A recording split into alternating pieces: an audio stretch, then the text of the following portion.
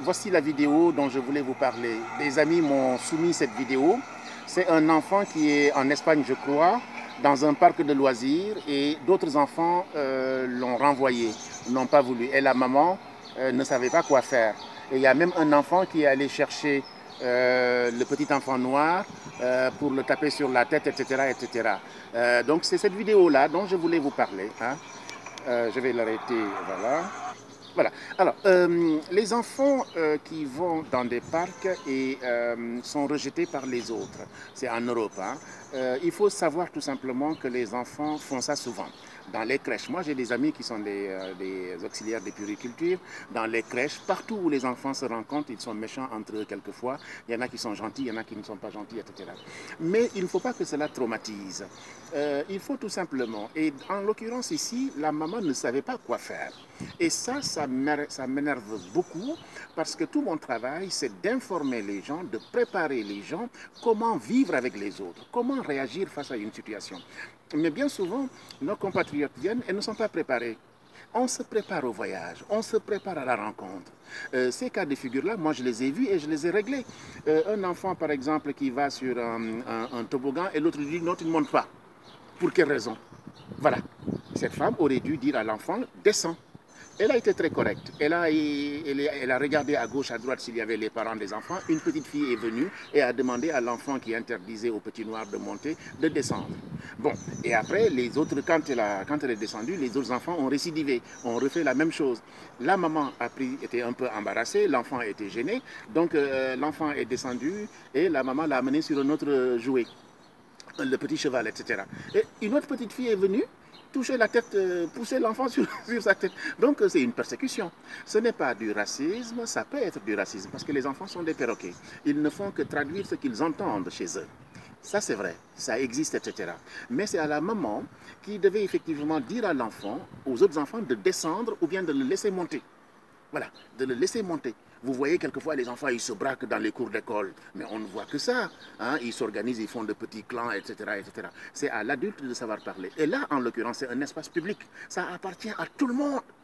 L'espace public, il faut dire aux parents, l'espace public appartient à tout le monde. Et là, on n'a même pas besoin d'aller par correction, elle est allée voir, elle a cherché les autres parents, c'est une correction. Mais moi, je ne vais pas voir les parents. Hein. Je dis à l'enfant, tu te mets à l'écart.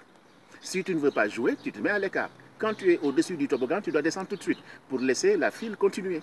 Voilà. Donc il faut que les gens apprennent à parler aux gens, à se débrouiller, à parler aux autres enfants sans les brusquer, mais avec intelligence ou bien faire les gros yeux. Moi j'ai une amie, elle fait les gros yeux, l'enfant tout de suite il descend.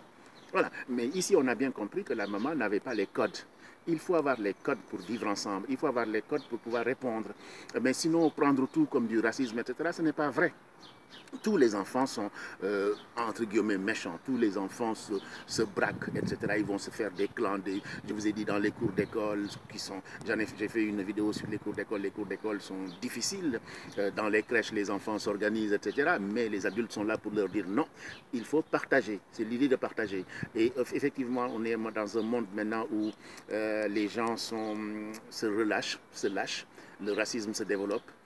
La xénophobie se développe, l'antisémitisme se développe, et les enfants qui entendent ça de la bouche des parents, ben, qu'est-ce qu'ils vont quand ils voient un noir, un juif, etc. Tout de suite, ben, ils disent ce qu'ils ont entendu des parents, etc. Des comportements qui sont anormaux, mais c'est à nous effectivement de savoir réagir et de ne pas être, comment dire encore, de ne pas réagir à fleur de peau, mais avec calme. Et un enfant, il est innocent. Lui dire effectivement que ça ne se fait pas, recule, etc.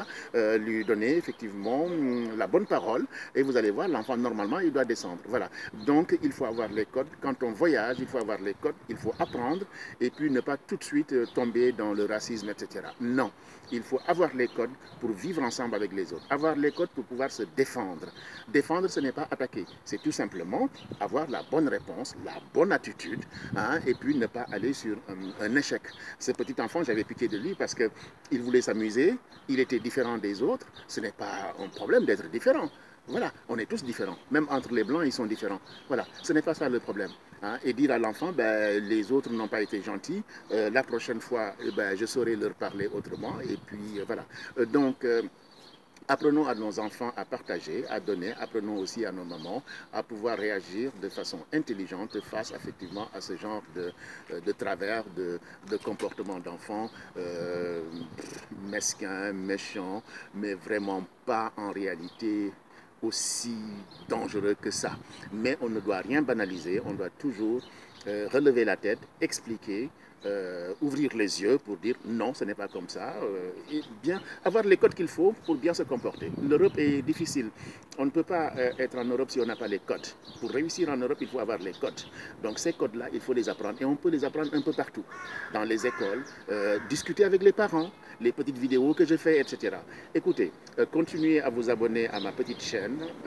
J'essaye de répondre aux sollicitations des gens. Les gens me disent, voici une vidéo, M. Sissoko, qu'est-ce que vous pouvez nous en dire?